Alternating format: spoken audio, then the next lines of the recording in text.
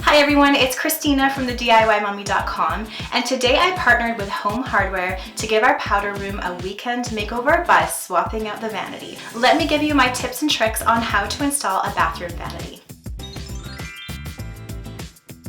Our old powder room vanity was broken and needed to go, never mind the fact that it put MDF right up to the counters instead of a proper backsplash.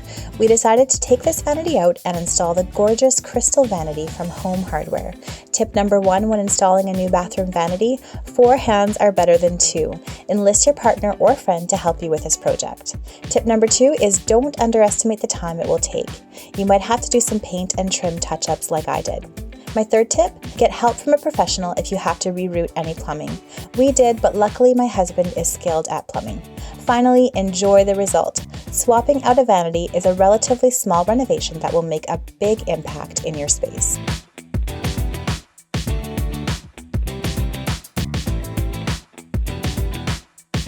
Thanks so much for watching this short little tip video today. I hope you enjoyed it and found it useful.